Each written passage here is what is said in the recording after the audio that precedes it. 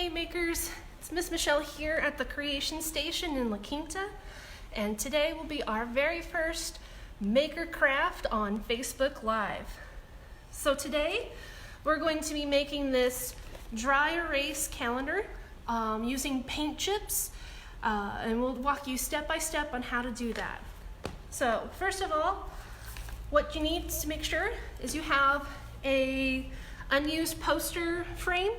You can get one similar to this at Walmart or Amazon if you don't have any laying around, and you can order it online. You don't have to go in the store, but you can get one of these. Preferably you want to make sure that it has a plastic front to it, not a glass. It just makes it easier to do the dry erase on there. So once you get that unwrapped, what you're going to do is you're going to, first of all, you're going to measure off your spaces. So it's very easy. You just take off the little ends here, like so. And if you guys have any questions, feel free to ask them. We will be answering them as they go along. So just let us know. All right. So once we have the ends off, you just take off the plastic here. And see, it's very flexible, so it doesn't break that easy. And then we're going to use the back side of the little insert that they usually have the dimensions of the board on there.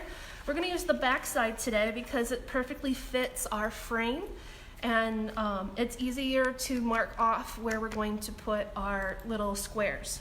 So you can use paint chips for this project. We have a couple of paint chips that we cut out into 2" by 2" squares. If you want to do other shapes, you can. You don't have to use paint chips. You can use tissue paper, construction paper. You can tie-dye coffee filters and cut those out into shapes. Anything like that will work for this project. All right, so once you have the back side of your paper, what we're going to do is we're going to mark off increments here. Now the poster that we're using today is 16 by 20 inches, and we're going to put it in the landscape position. So if you know, this is the portrait position. When it's like this is landscape. And then we're going to take our ruler here and we're going to mark off different measurement amounts. So we're going to start off from the corner here. I want to make sure we get right up to the edge where the line of the ruler is. And what we're going to do for our first spot is we're going to mark 1 3/4 inch. Then you're going to move your ruler down, and we're going to measure 2 1/4. Now it's a different measurement because we want to have equal space for all our squares, but the ends we can leave different sizes, so we can make notes on them, but we want to make sure that our inside squares are going to all be the same size. So we have 2 1/4 and 2 1/4, and you just want to keep doing that all around. Now I've already pre-marked this, but you want to make sure that you do the measurements here, and then you're going to move up to the top here. And remember, our first one is going to be 1 3/4 inch, and then 2 1/4 inch for each of the ones until you get to the very end here. And if it's not 2 1/4, that's fine. It doesn't have to be. You just want to make sure that all your squares in this section here are the same distance. So once we've got that done, we're going to move the cardboard out of here so we can write on our paper. And then you want to make sure that you have a fairly long measurement tool. It could be something like this sewing ruler here, or if you have like a stick that's got a flat edge to it, you can use that. And we're just going to take the little marks that we made and we're going to connect them. So we're going to go like this. And you want to go very light with your pencil because you want to be able to erase these lines when we're all done. I mean, if you want to leave the lines on there, that's fine, but some people don't like those lines. So just make sure you're using a pencil and you're drawing very lightly so that you can erase it. And you just want to keep marking it forward. So does anyone have any questions about the craft so far? Does anyone want any other crafts on Facebook Live that they want to see us do? just let us know. Keep on marking here. Turn this around now.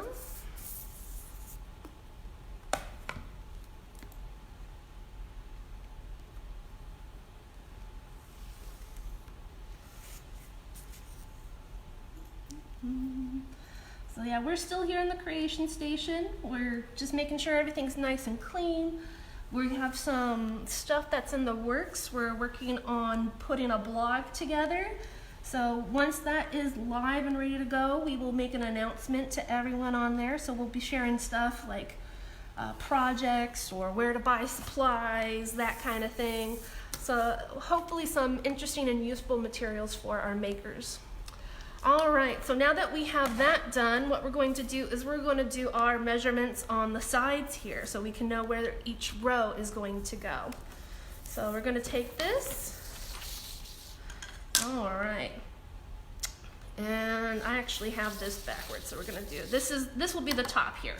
So I've already pre-marked it, but I'm going to give you the measurements that I put down so you can make this at home. So at the very front here, let's see, we have, looks like 2, and I have down here, looks like 47 millimeters. So you can use inches or millimeters. It's easier to use millimeters for this first measurement here. And then everything else is going to be 2.5 inches down until you get to the very end. So 2.5. I'll move this here. So 2.5 from here to here, all the way down till you get to this little part right down here. At the very bottom, you should have about 1.25 inches left at the bottom.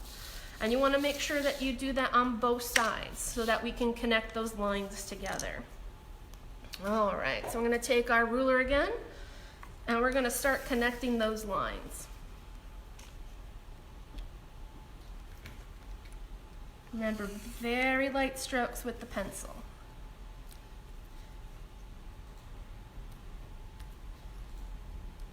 Very light.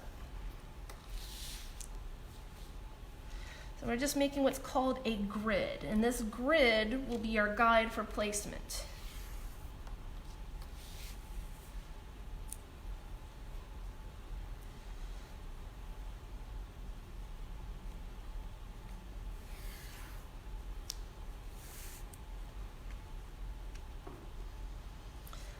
So having a dry erase calendar is good for scheduling things. You can always change it every month. If you want to, you can do a different background for each holiday or season. You can have fun with this, but it's great for scheduling classes or appointments or events that you want to do for the day, or meal planning. You can even do that. So it's a great thing to have around the house. All right, so I have my grid. We have it ready and to go. So I'm not going to be using this area right here. This is where I'm going to leave empty for when I'm going to use my dry erase marker to change the month. And then I'm just going to leave this part at the bottom right here alone. That's just the space so that all my stuff can be seen clearly. All right, so once I have my grid laid out, what I need to do is I need to get my squares ready. So like I said, I told you I have squares that I cut out of paint chips. These paint chips are free stuff that we got from hardware stores when we were painting our house. We ended up having a lot of extra ones. So we used those and we cut the paint chips into these 2-inch by 2-inch squares. Again, you can use construction paper, colored paper, any kind of different material you want to use. And as you can see, we're going to do what's called a gradient today. So I have, each row is going to be a different color, and it's going to go actually from light to dark. So that's how it's going to go. So when you do this, you want to make sure that on the back of your chips, that if you're doing gradients like this, you want to make sure that you do a marking. Like, I don't know if you can see this, but I have a W1, and that means it's week 1. And then I've also labeled the day. So if you can see, like this one says week 1 fry, so this is the Friday chip. And that just makes it easier for you to keep it in order as we go along. If you're using all the same color, it doesn't matter. I would just make sure that if you have different colors for rows, that you definitely write the week that you're going to be using them in, just in case anything happens, like you drop it on the floor or something like that. So once you have your paint chips ready to go, you have them all labeled, we need to attach them to the board. Now there's lots of different ways. You can use a hot glue gun. I recommend if you're doing this project with children to get a low temperature hot gun. It's hot glue gun. It's going to be hot still, so definitely have parent supervision. But if you're going to use the hot glue gun method, you want to make sure that you use a low temperature. You can also use regular glue, like Elmer's glue. This works. It will tend to make the page kind of wrinkly because you're putting a wet mixture on that paper. But you can use this, just make sure you don't put a whole lot on there. You can also use a glue stick. The glue stick is really good. You can cover areas. It's very easy to use with small children. However, after a while, glue stick does tend to become not as adhesive, and it can create some of your paint chips to fall. So you can use this, but just be aware that if you put it in the sun for a while or somewhere warm, that the glue will go away after a while. The method that I'm going to use today is I'm going to use double-sided craft tape. Now, I'm a card maker, so I have a whole bunch of this stuff at home. What it is it's just a piece of tape that has a backing on it, and then I could put it on the back of the paint chip. So I don't know if you can see this, but I have two little lines on there. Now this glue is this tape is gonna hold up pretty well. It's gonna make sure it sticks nice and flat to the paper. You don't have to use this kind of tape, but if you have double-sided tape, I do recommend it for this craft. It just makes it a little bit easier to work with. All right, so what we're going to do is we're going to go ahead and get started. We're going to lay down our week 1, and week 1 is going to be our blues. So on here with the grids, what I'm going to do is I'm actually going to put my paint chips in the bottom corner of where they're at. So I'm just laying these out to make sure that I have enough paint chips. I have them all spaced out correctly. All right. So for this project, we're going to do 5 rows. So 5 rows of 7, you're going to need 35 paint chips. So that looks like it's going to look all right. So once I've made sure that the spacing looks like it's going to be good, and I have it all in the correct order, I'm just going to take off the back here. So I'm just going to peel off the back. And if you do want to use the craft tape method that I have here, you can buy these on Amazon. You just need to make sure you tell them how big you want it to be. I used 1/8 inch craft tape for this project, but you can use 1/8, you can use 1/4 inch, you can use 1/2 inch. Any of those will be fine. If you have Scotch double-sided tape, that works as well. I don't recommend foam tape though. Foam tape is a little bit thick, and you don't want to put too much pressure on the back side of your cover or your glass. Even though it's not glass, it's plastic. So you just want to peel those off, and then you just want to make sure that you line it up with your grid lines here. So this is the visible range. All right.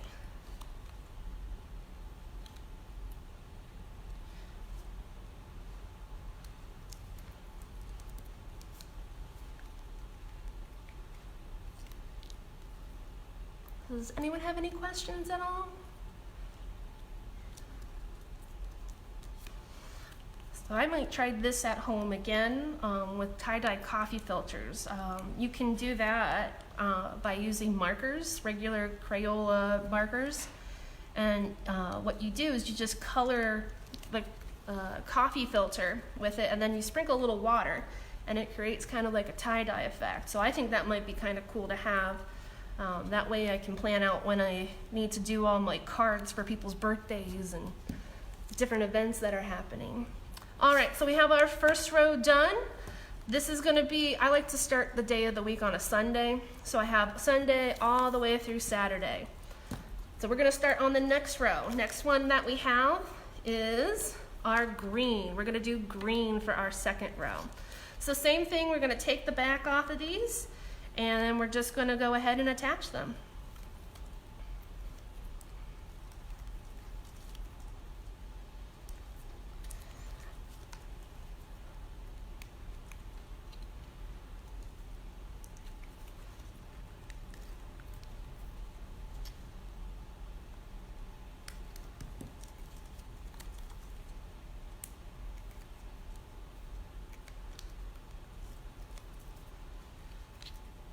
Pop it in that corner, press it down.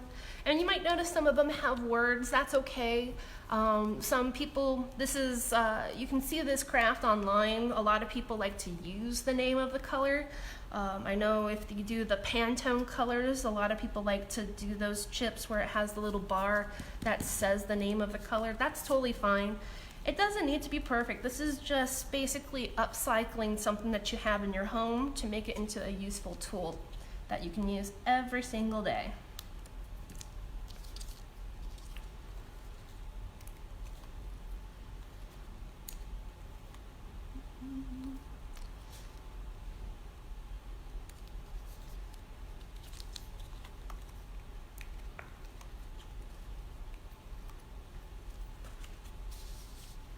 All right, and our last one for week 2. All right. So we got that all done. Now, my next row, I accidentally moved all over the place, so I have to make sure I have it in order. And that's a good thing that I wrote on the back which order they go in. So I want to make sure. All right. We got Monday, and we got Sunday.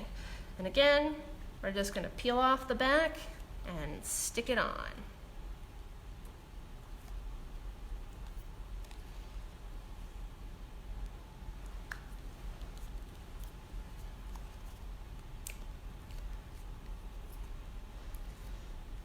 So what types of crafts do you like to do? If you have a hobby or a craft that you like to make, go ahead and share it with us. And how many who are watching today are Makerspace members? We miss you guys. But we are working on stuff and programming for when we do get back open, so don't worry. We'll still be here when you guys are able to come back and see us. We miss you.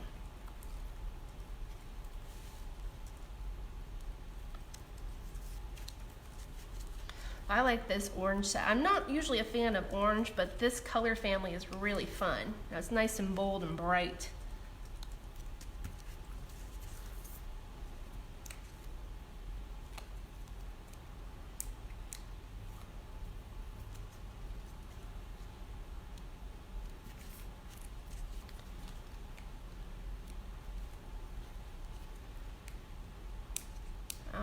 So I'm getting close to the end and it's hard to see on the camera, so I'm gonna flip the calendar around just so you guys can see it a little bit easier. All right. So this means I gotta go backwards now. So our next row is going to be pinks, and we're gonna go light over here to dark over there.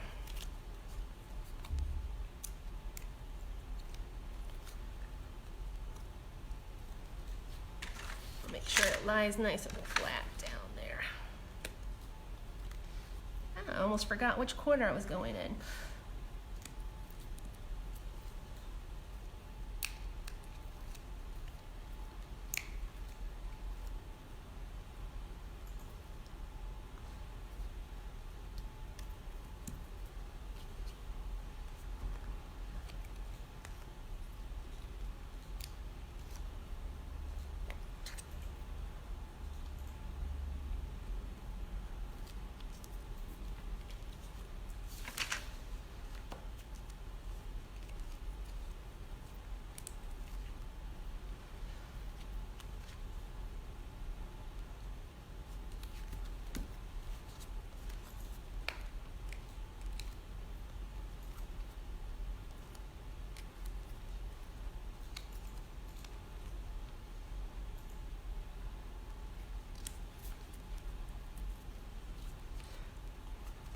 So what is your favorite color? If you guys don't mind sharing that, what color would you make your calendars into? Would you do gradients? Would you do all one color? Would you do a print? That might be fun if you get print paper. Oh, so that one was a little off. With double-sided tape, it's easier to move it right away. You don't want to press it completely before you move it. But before you press it down, if you need to make a change, make it then. It will lift off some of the paper, but since we're putting something on top of that area, it's okay. With glue and with glue stick, you have more time to move it around, and then with the hot glue gun, you have some time, but you want to be very careful that you don't burn yourself on it. All right, so we're on our last color family, and let's just make sure we're in order here. Yeah, we are. Okay. Tuesday, Monday. All right. So this is our color family. We didn't have exact gradient, so you might notice some colors are a little bit different. We can switch that up, actually, probably, yeah, right there. That looks better. So this is our color family here. We're going to put this, and that'll be it for the paint chips, and then we're going to assemble the whole calendar together, and then we'll probably have our finished calendar.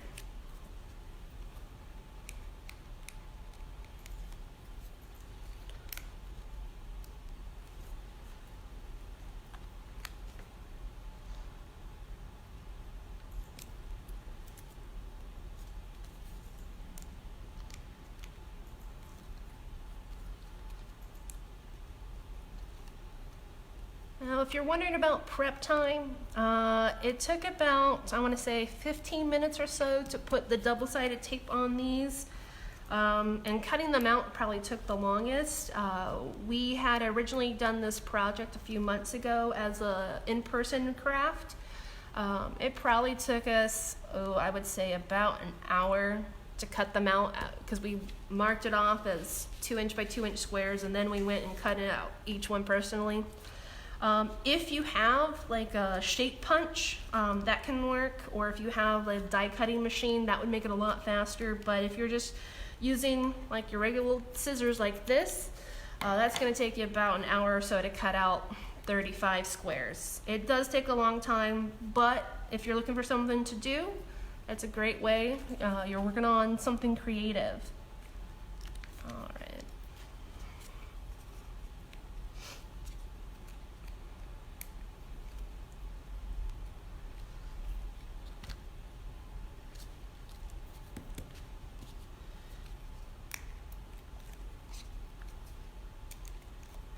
I think I like this color palette. This is nice and bold. The other one is more pastel. This one's got a range of darker ones. And if you're worried about writing on the dark colors, they do have dry erase markers that do pastel colors. They're used for black whiteboards. So those are available online. You can buy those. All right, so we have our calendar all done. It's all put together. You don't have to write anything on here, but we're going to assemble our calendar to make sure it's ready to hang up. So we're going to bring back our cardboard. And as you can see, this one, it has the places to hang it up. So I want to make sure that it's going to hang up correctly. So I'm going to put this little bracket at the top on the back. So it's going to go right here. Make sure the bracket's there. I'm going to just carefully put that on top. Doesn't need to be exact because we have to put the plastic on top of it. So here's our plastic. We're going to lay that on top. All right. And then we're going to put our little sides on. So we're going to slide it in. That's the easiest way with this type of product here. I want to slide it in here. And then I just like to work my way around.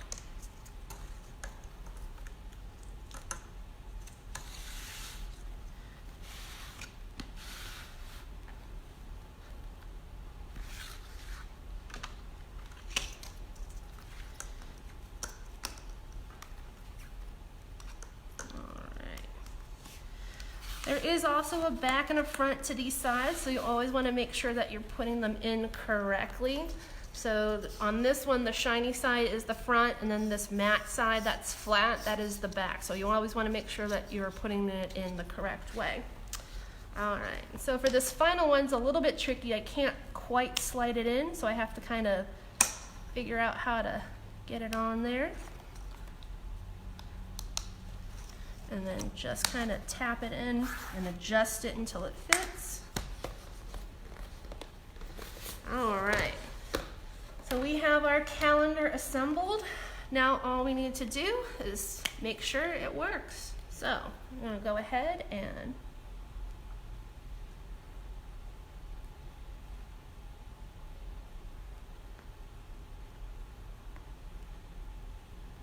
all right. And I use these expo markers. There's other different times that you can. Once it dries, it will wipe off. And if it doesn't, all you need to do is just get a wet cloth and it should wipe itself off. But you can go ahead and mark stuff like, let's say, Facebook Live. And that's it. Well, we hope you guys enjoyed our very first Facebook Live craft. We'll have more coming up in the next few weeks, so just make sure that you're staying in touch with all of our social media. We are LQ Creation Station on Facebook and Instagram, and LQCS Makers on Twitter. Hope you guys are doing well, stay safe, and we will see you soon.